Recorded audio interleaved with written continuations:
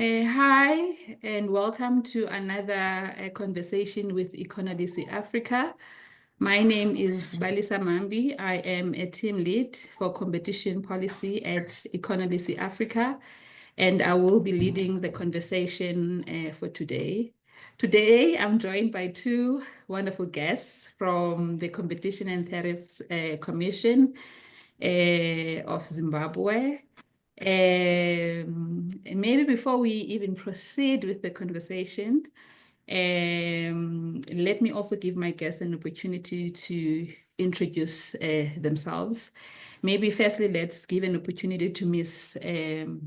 Mashava to introduce herself. Over to you, ma'am. Thank you very much, Balisa, for having us here. My name is Cicilia Mashava. I'm an economist by profession, a competition practitioner. I work for the Competition and Tariff Commission, currently in the Trade Tariffs Division. On a day-to-day basis, I handle unfair trade practices cases that have to do with dumping, subsidization, and also trade tariff relief applications from domestic industry. So basically, that's Cicilia Mashava for you. Thank you. Thank you so much, Ms. Cicilia, for such an introduction. I will then hand over to Ms. Dzenga to also introduce herself.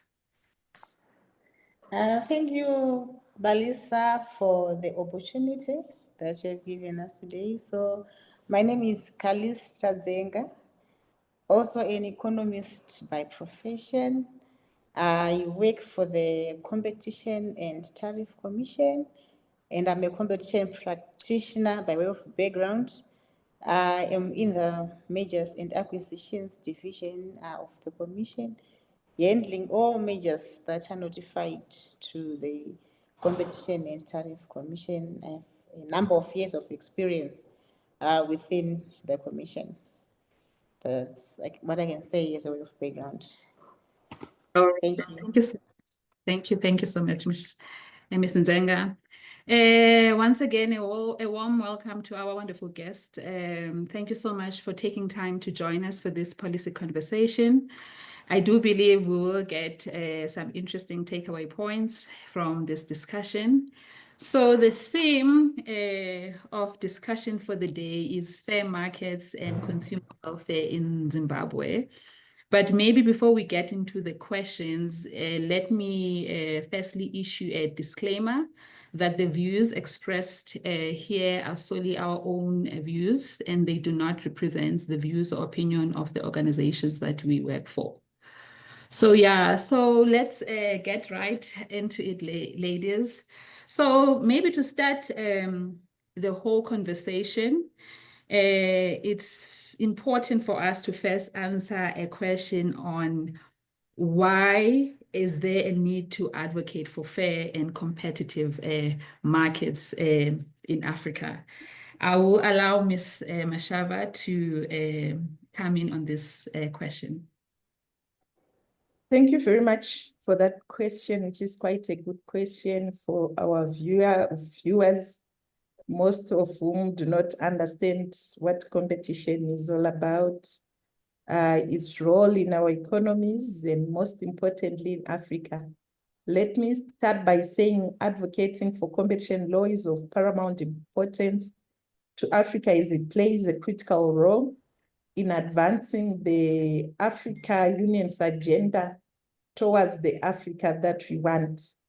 As you might be aware, most of our African countries are wallowing in poverty. And the Africa we want is an Africa that is characterized by sustainable economic growth, a society that is wealthy, where there is no poverty, where markets work for their people.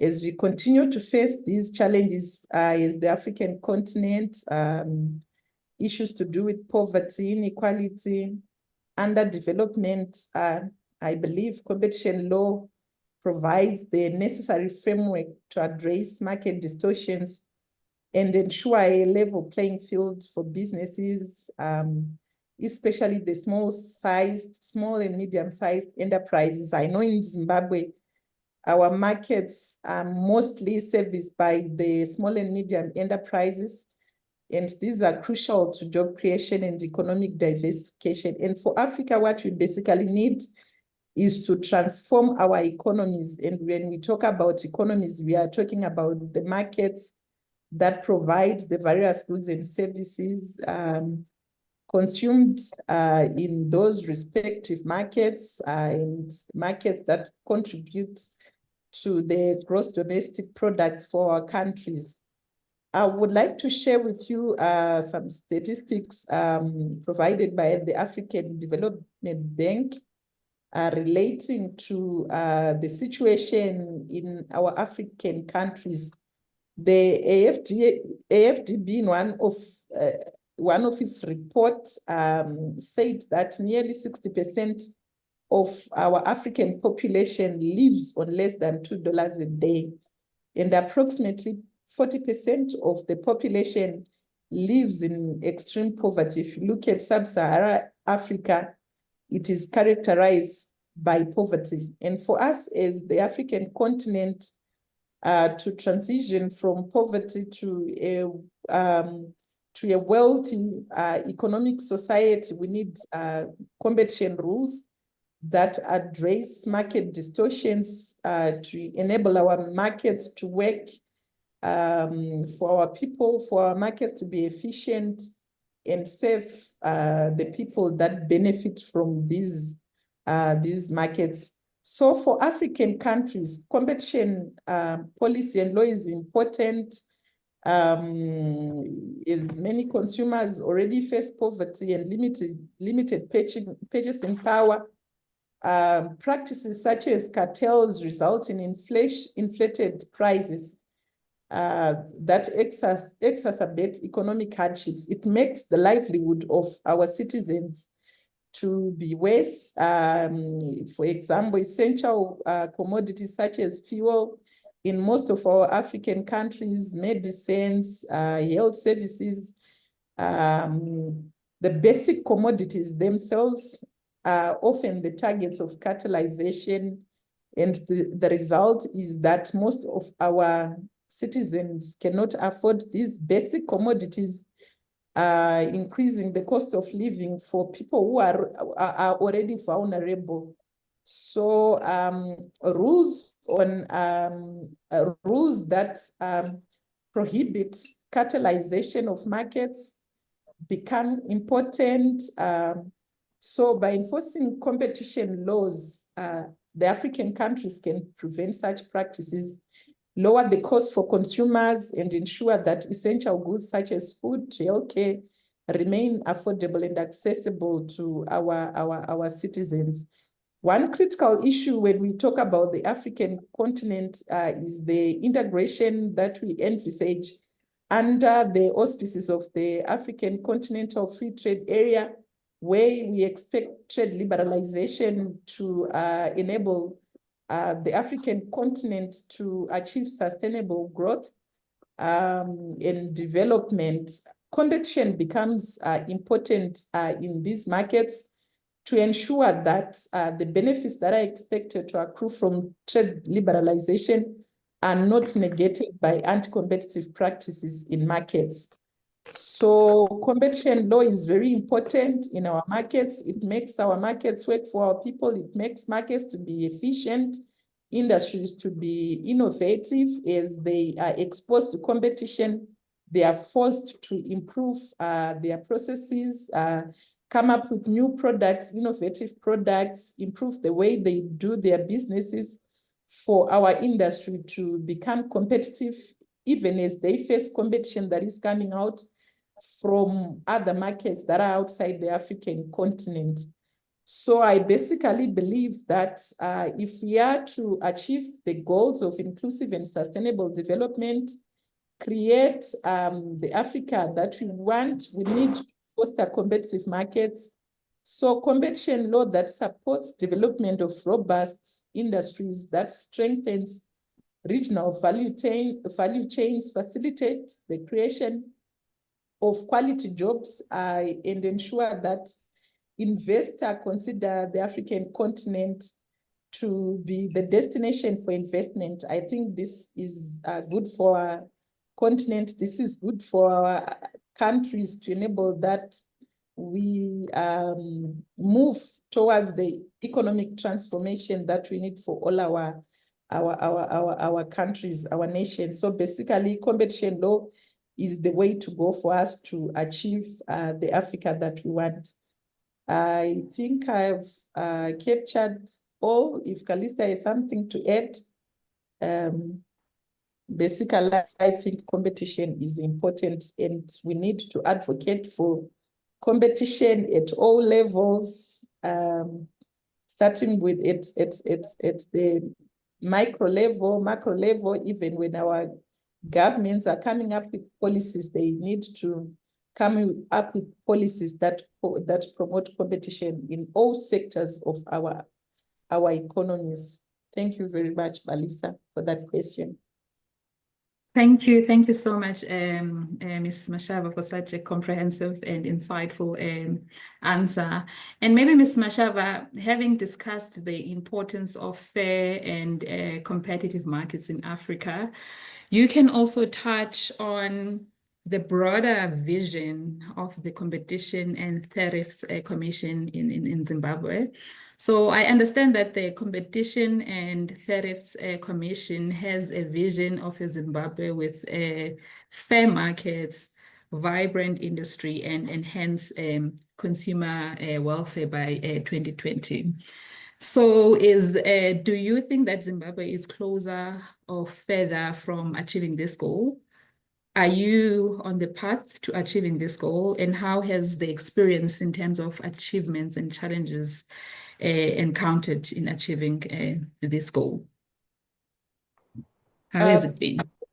Yes, thank you very much. So like you've already highlighted, our vision is to have a Zimbabwe with fair markets, vibrant industry, and enhanced consumer welfare. And this vision is coming from the twin mandate of the Commission of promoting competition in all sectors of the economy, as well as the trade tariff mandate, where the Commission is responsible for investigating unfair trade practices. When you look at these two markets, these two mandates, you can actually see that the Commission is determined to create an enabling environment for companies to compete fairly,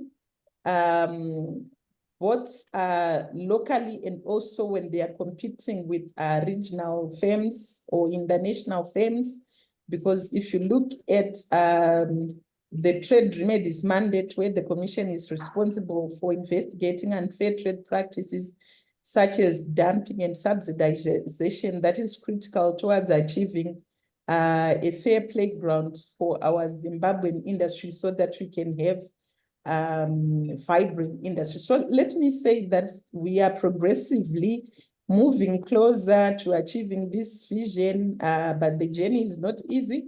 There are challenges that we face as we try to enforce our mandate, but at the same time, like I've said, we have tools that we have provided for in terms of the Competition Act that allow us to achieve this vision. I'll just touch on the tools that we have. We have the major regulation tools, which enables us as the Commission to remedy any anti-competitive practices in the economy. If there is any measure that is likely to substantially lessen competition in our market, we have an opportunity to remedy that by way of maybe approving the transaction with conditions, disapproving transactions that substantially lessen competition.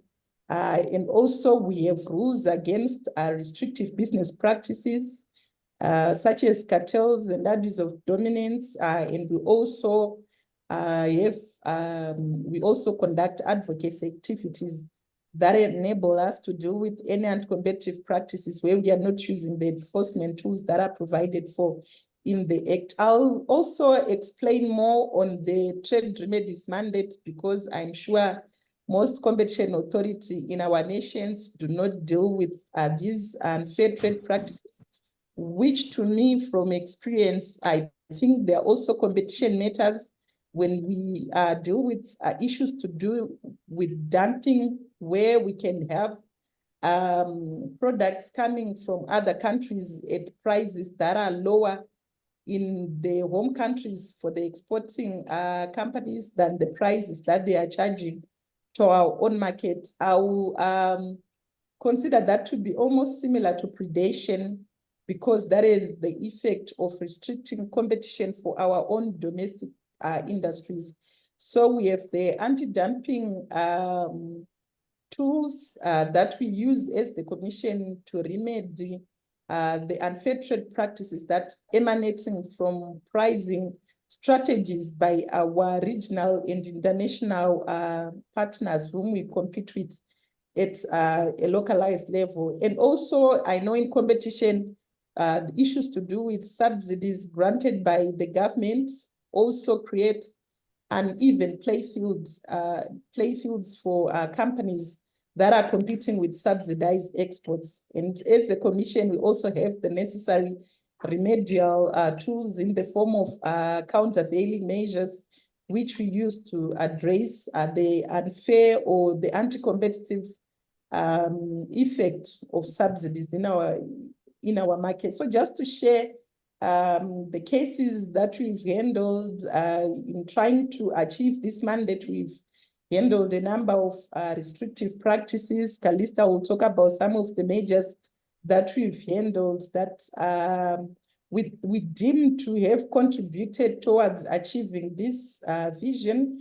For restrictive practices, I'll just share with you just a few cases. We handled cartels in the bread sector, the grain milling sector, where we established that our millers were catalyzing those markets.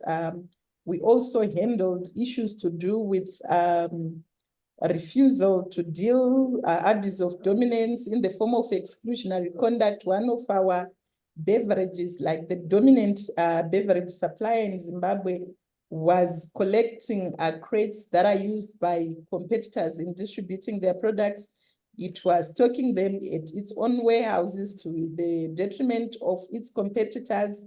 We investigated that case and we ordered the relevant dominant firm to cease and desist from that conduct, as well as to retain the crates that it was stocking, like the competitor crates. We also handled cases in the school uniforms market. There were issues to do with exclusive dealing, which was affecting parents and guardians who were forced to buy school uniforms from the schools or from recommended suppliers who are connected to the schools themselves. This was affecting the parents and guardians, and we addressed that.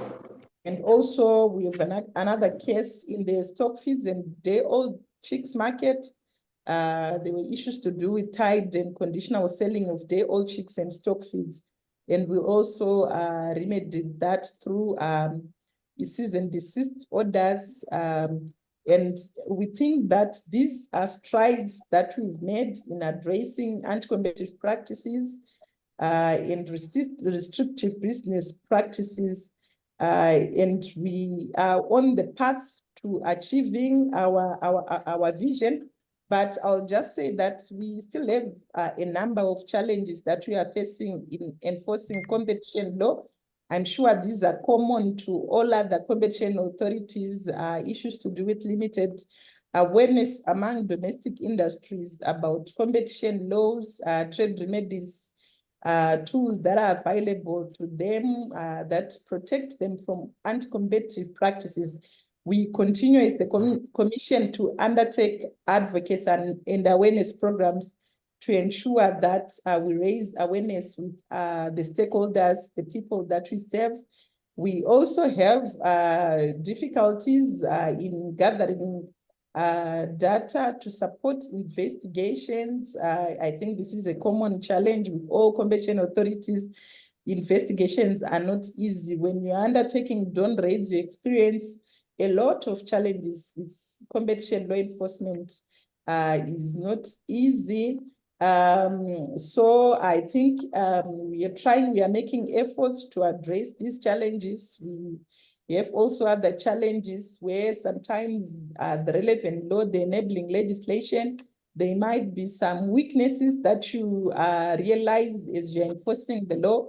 So as a commission, we've tried to solve that through amending our legislation. We are currently, let me just advise that the commission is currently in the process of amending the Competition Act to ensure that the provisions therein are watertight, so that any of the challenges that we are encountering during investigations, we have provisions that enable us to effectively enforce competition law in our jurisdiction, in our country. That's all, Balisa, on this question. Thank you, Cicilia, for such an interesting perspective.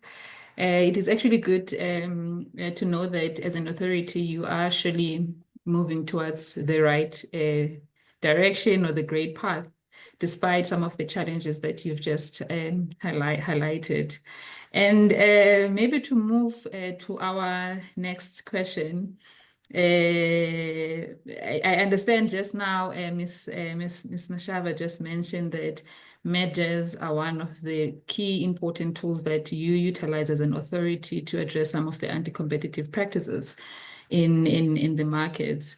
So my next question will be for Ms. Dzenga. So I understand that the Competition and Tariffs Commission measure regulations involve assessing notified measures and acquisitions, ensuring that they will neither substantially lessen competition or create a monopoly situation contrary to the public interest. On that note, how do you as the authority assess your major transactions, and what are some of the key considerations in terms of your framework?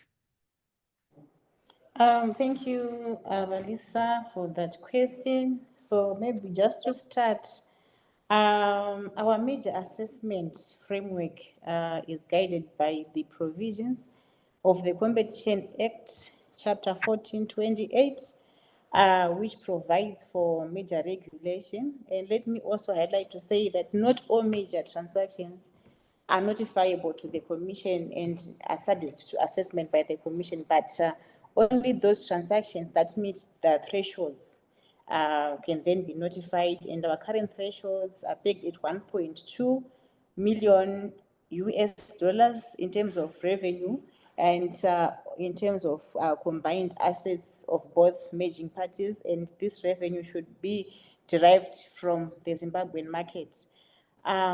So such firms are mandated to notify such measures to the Commission within 30 days of the conclusion of their major agreement. And so in case parties do not adhere to these regulations, the parties are subject to a penalty, which is up to a maximum of 10% of the revenue of either or both of the merging parties. So companies are really encouraged to comply with the notification provisions of the competition laws of Zimbabwe. And in terms of our assessment, the actual assessment of the transaction, we do a two test, the substantial lessening of competition test, and also the creation of a monopoly situation, contract public interest test.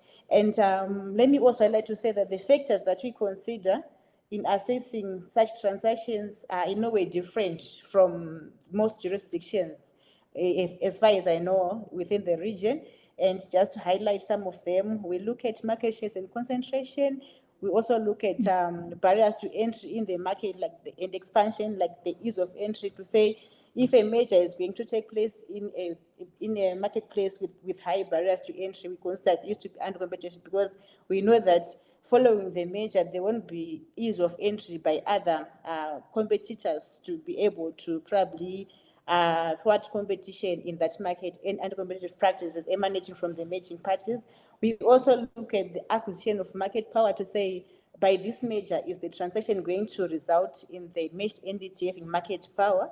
We also look at the degree of countervailing power in the market, both in terms of the suppliers and also in terms of the consumers, to say, do they have any alternatives to go to in case these firms merge? Are there any sufficient competitors available for the customers to go and probably have the service from or buy the products from?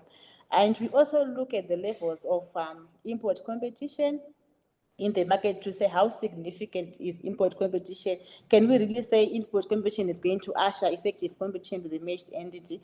And also look at the factor of removal of efficient competition to say, can we say this firm which is being acquired, especially in horizontal mergers, was it an effective competitor, or is it a maverick competitor to the acquiring party? If so, then definitely in such instances, we may consider prohibiting the transaction or approving certain conditions that are aimed at addressing the competition effects that would have identified. And we also look at the failing firm defense to say, okay, this is a measure, but there may be some circumstances where if we're not going to approve the transaction, probably the firm is going to fail and leave the market. In such instances, we may consider approving the transaction based on the failing firm defense. And so those are the, in summary, the factors that we look at when we're analyzing our transaction. And maybe in summary, as a competition authority, we look at both the competition effects and the public interest issues when we're analyzing our transactions. Though public interest issues are not outrightly provided for in our act specifically, but they are associated with a monopoly situation contrary to public interest. So it's up to us to consider whether the measure is going to result in public interest issues or not. However, let me also highlight to say, when we analyze transactions, we will give more weight to the competition issues as compared to the public interest issues. And maybe let me also probably highlight to you a measure that we recently won at the Supreme Court level. Maybe you may have heard of it. One which was combining two of our major stock feed producers in the country. And so what happened in this transaction is that the parties came to us post the acquisition. They'd already consummated the merger when they notified to the transaction. And it was really a difficult journey for us. You know, with post acquisitions, it's really difficult for you to break through. But when we assessed the transaction, we saw that it was going to combine two of the major competitors in the stock feeds market. And the stock feeds market is one of the major markets that we consider to be important in the Zimbabwean market, given that we are an agro-based economy. And so for that transaction, then we then saw that following the merger, the parties even went on to expand to the level of opening other distribution outlets, around 43, to the detriment of their competitors who were not growing because they then substantial market control in the market. So it was challenged through the courts until it went through to the Supreme Court. And the good news is that the Supreme Court ruled in our favor, and we are actually celebrating our success.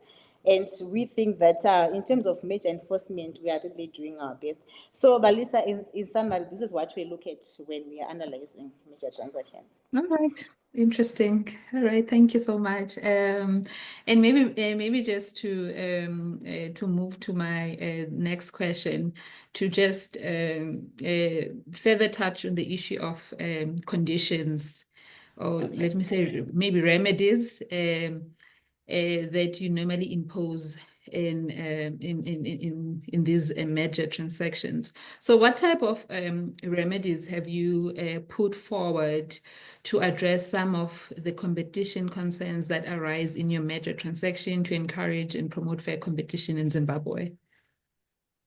Oh, thank you very much for that question again, Walisa. So as you may be aware, in terms of remedies, we have theory says we've got structural remedy, and we also have a behavioral remedy. And the type of remedy that an authority is going to impose on this transaction, on the proposed measure, really depends on the type or nature of the competition concerns that would have been identified by the Competition Authority. And of course, structural remedies are more preferred by the Competition Authority as compared to behavioral ones, because there's no need for you to continue monitoring, and they are instant in terms of implementation. And as an authority, in our major assessment, we've imposed both a structural remedy and also behavioral remedy, depending on the nature of the concerns that would have identified. And just to share with you the nature or the type of the structural remedies that we have imposed in our major regulation in the past, we've imposed divestiture remedies, where we have required parties to divest from a certain business, where we would have identified that if we are going to allow them to continue in this business, then they're going to be a dominant firm. So we've approved transactions subject to them divesting from a certain business, and we have also approved transactions subject to the parties selling off some of their assets to their competitors, or in a bid to encourage competition in that particular sector. And we've also approved some transactions subject to the conditions that they will not be going to increase their shareholding in that company. In a specific example would be the National Foods merger, where we have imposed a condition that the acquiring party was not going to increase its shareholding in National Foods Limited, just because we thought for us to maintain competition and a balance in terms of decision making, we needed to have a mix of owners in that business, because this company is a company which is also a conglomerate with various other companies. So we thought that for us to maintain balance in terms of competition, there's need for this company to be having various owners for probably fair decision making within the company. And in terms of behavioral remedies that we have imposed, the main ones would be those associated with vertical measures, where we have required parties to continue supplying their downstream firms or upstream firms.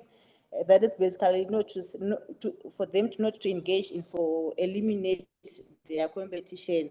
And these are conditions that we constantly monitor on a yearly basis to see whether the parties are complying with such conditions, and we also require parties to submit proof of them complying with such conditions on a yearly basis.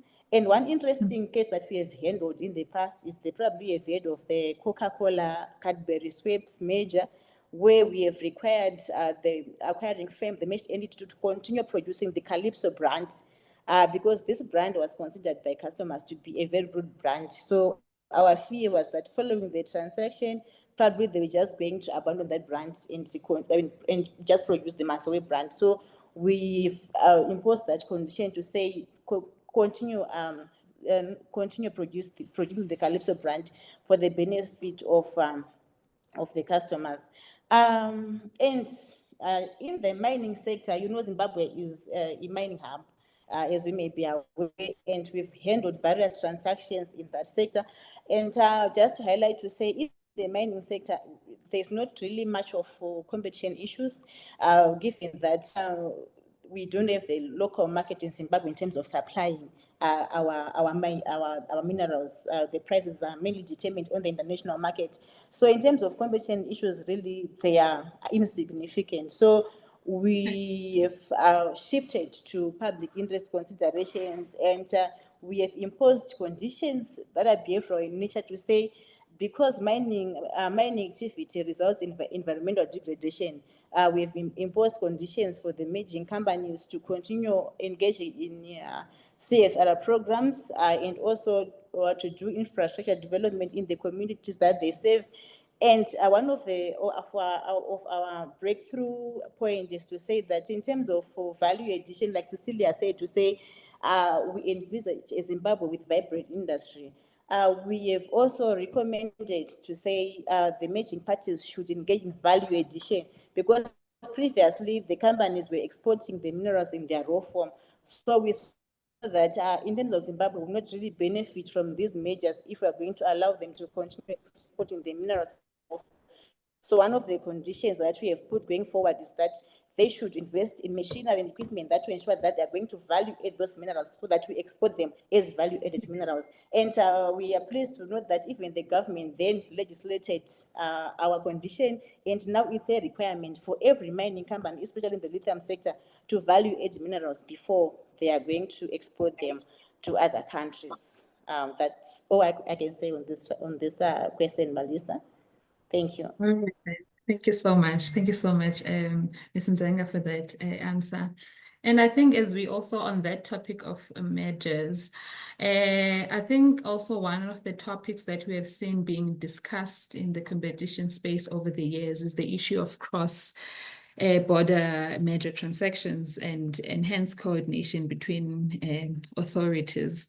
So I also note that in 2022, there was a cross-border measure involving Heineken, the Namibian breweries and Distel Group that was handled by your authority.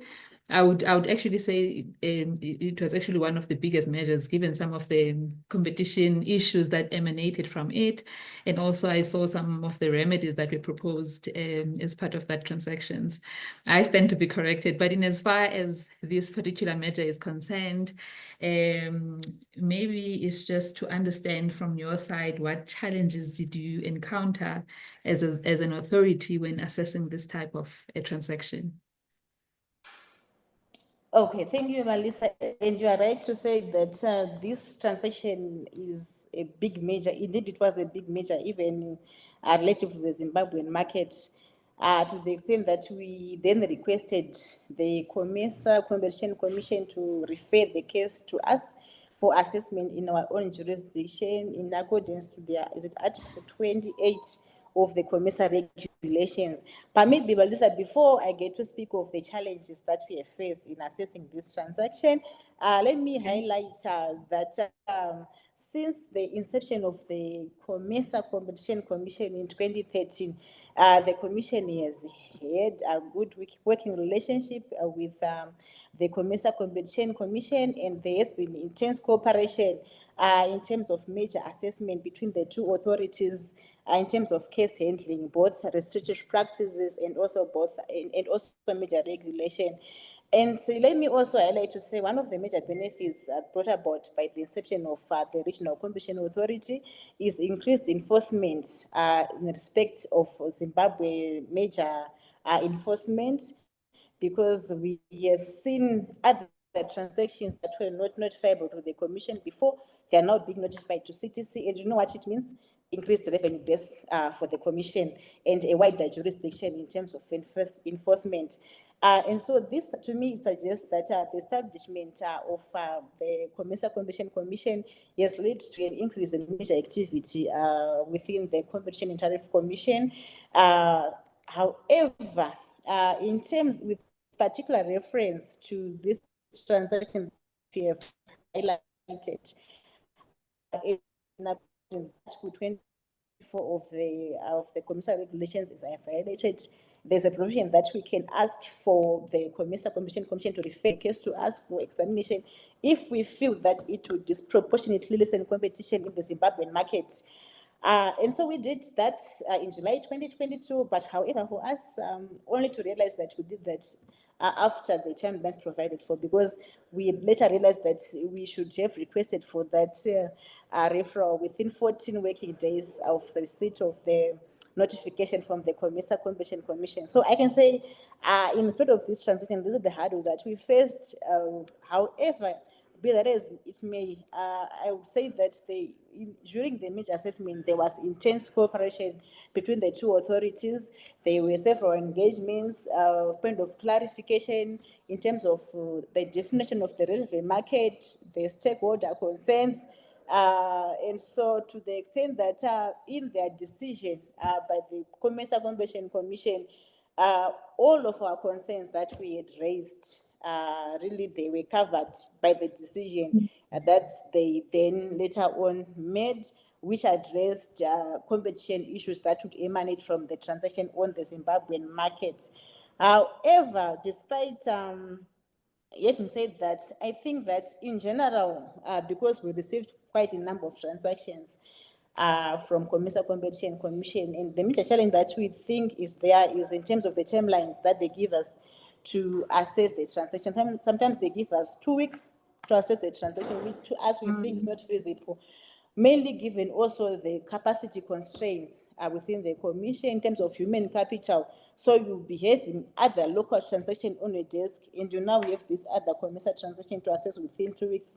And so we think to us that's one of the major hurdles that we face in terms of assessing commercial measures. But however, I believe there is a way out in terms of this hurdle, probably in terms of increasing our capacity and also increasing our human capital. Yeah, so that's what I can say in terms of this question, Vanessa.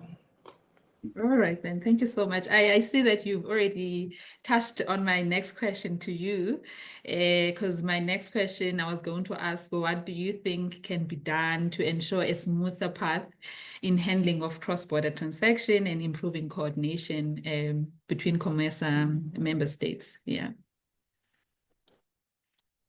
So I'll give you, yeah.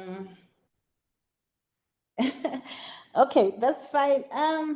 To increase coordination between COMESA member states and also to ensure smoother path in terms of handling cross-border measures.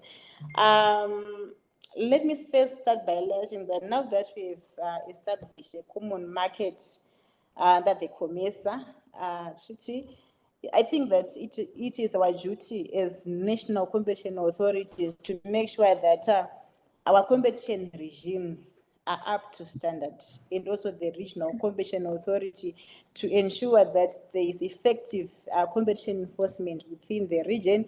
This is because an anti-competitive measure in one region or in one member state will not only affect that member state, but it also spill over to other member states, given this free trade within the market. And so it is important to ensure that there is harmonization of competition laws, and also that there is domestication of the COMESA competition regulation within the national competition authority, so that we have got a same approach in terms of our major analysis to ensure that we are not going to allow any anti-competitive measure to take place. And so I think that it is the responsibility of both the NCAs and the COMESA competition authorities to strengthen the national competition laws. And I also think that given the resources, the COMESA Competition Commission should also continue in assisting in the establishment, strengthening, and also establishment of domestic competition regimes within the national competition authorities. They should also provide technical assistance through consultations and expertise, if they can provide expertise to national competition authorities, probably which are at the moment weaker in terms of their establishment. And I also think that the COMESA Competition Commission should continue to facilitate interventions in which member states can then share their experiences in terms of major regulation and also on issues related to cross-border measures. And on big measures such as the Heineken transaction, I would have thought it was, if it were possible, that there could be a roundtable discussion between the COMESA, amongst the COMESA member states, to really highlight the competition issues associated with such a transaction, rather than for us just having the COMESA Competition Commission receiving inputs from the various national competition authorities inside in one mission. I thought that going forward, there's need for that roundtable discussion between the national competition authorities of the affected member states and the COMESA Competition Commission, whereby we were going to discuss competition issues associated with such big transaction. And as I've also highlighted before, the COMESA Competition Commission should really look at the issue of the timelines that they give us when we are analyzing transaction, to ensure that we do have our vigorous work and to ensure that justice is done in terms of major enforcement within the NCA and ultimately the region as a whole. Thank you, Valisa. All right. Thank you, Ms. Dzenga, for that insightful answer. From what I'm hearing, it is clear that there is still some room for improvement in terms of coordination between the COMESA member states in as far as these major transactions are concerned, the cross-border major transactions are concerned. I'm not sure if Ms. Mashava wants to add something, or we can proceed to my next and last question for the day. I think Calistar has said everything that I wanted to say. It was what I think it's for national competition authorities to domesticate the COMESA regulations, to give them force in the national, in the member states, because like right now, the regional competition authority is not empowered to come to Zimbabwe, for example, to undertake investigations. We are talking about measures, but when we are now dealing with restrictive business practices, cartels, for example, there is need for the regional authority to also be involved during the investigations. If there are any don't raise to be undertaking in a member state, they need to have the power. They need to be empowered to do that in the national legislations, which is not currently there. They have to rely on the investigating officers from the respective member states. If in that member state there is no competition authority, it becomes a challenge, because say if the evidence is in Rwanda, and in Rwanda there is no competition authority, or it's Zimbabwe without a competition authority, then it's difficult for the regional authority to enforce the regional competition laws. Lisa has already highlighted the need for domestication of the regional competition rules. I think that will also apply when we have the African Continental Free Trade Area. We also need to look at the the legislative framework, so that investigations, the Continental Regional Authority can undertake investigation in member states. Thank you, Balisa. All right. Thank you so much. Thank you so much, Ms. Dzenga and Ms. Mashava, for such insightful answers. And my last question will go to Ms. Mashava.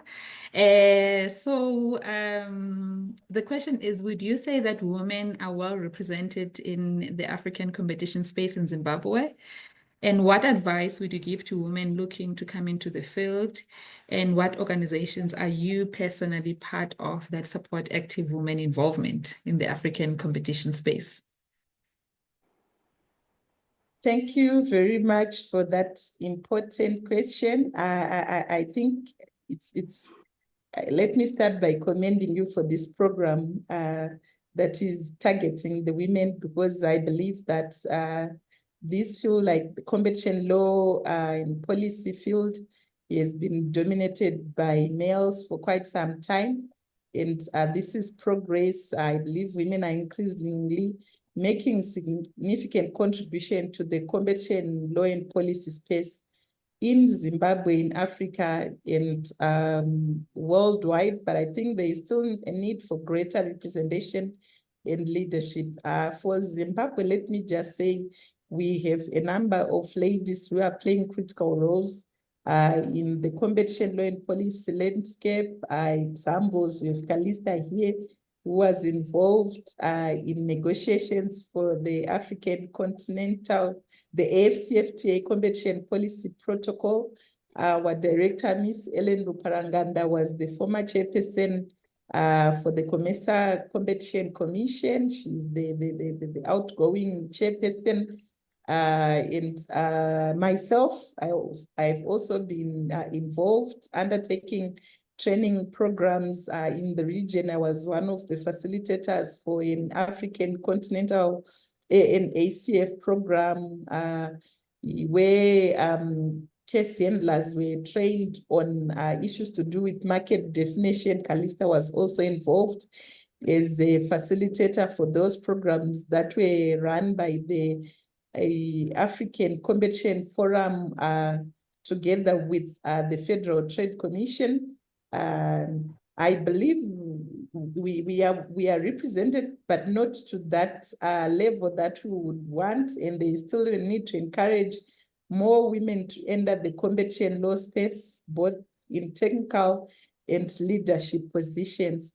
So my advice to women entering this field is that they need to focus on building their expertise because competition policy and law is a dynamic field that requires a solid understanding of the legal principles, economic principles, because when we're talking about competition law, on one side, we are dealing with legal issues, but when you then come to the real issues, the analysis, you need to be well versed on economics, issues to do with market dynamics. You need to be a good researcher. So it's important for women intending to enter this field to engage in continuous learning through courses. I'm sure there are quite a number of institutions in Africa, in South Africa. I know of the Trade, it has got some facilities provided by the University of Johannesburg, some programs on competition economics. Learning can also be done through conferences. We have our own African Competition Forum conferences, the ICN conferences, and also mentorship is also critical for success of women who intend to enter this field. And also there is a need for women to build strong networks. Calistar talked about programs that enable officials from the African countries to meet, network, share their experiences. This is really critical for people intending to enter these fields. I also think that as women who are already in this field, we need to come up with initiatives to support these new entrants, providing mentorship programs, capacity building workshops, promoting gender equality in hiring, and when we have got leadership roles, we should also consider women. We have the new kid that is coming on the block, the FCFTA Competition Authority. I think we also need to have women representation at continental level. Personally, like I've said, I've also been part of the ACF programs, ICN programs, and also the COMESA Competition Commission. I've also been part of it since its inception to date, and I believe all those women intending to join this field should also build relationship with similar organizations, should also join these institutions. That's all I can say on this important topic. I also hope that Econ policy or organization should also arrange, should go further to arrange programs for women to meet.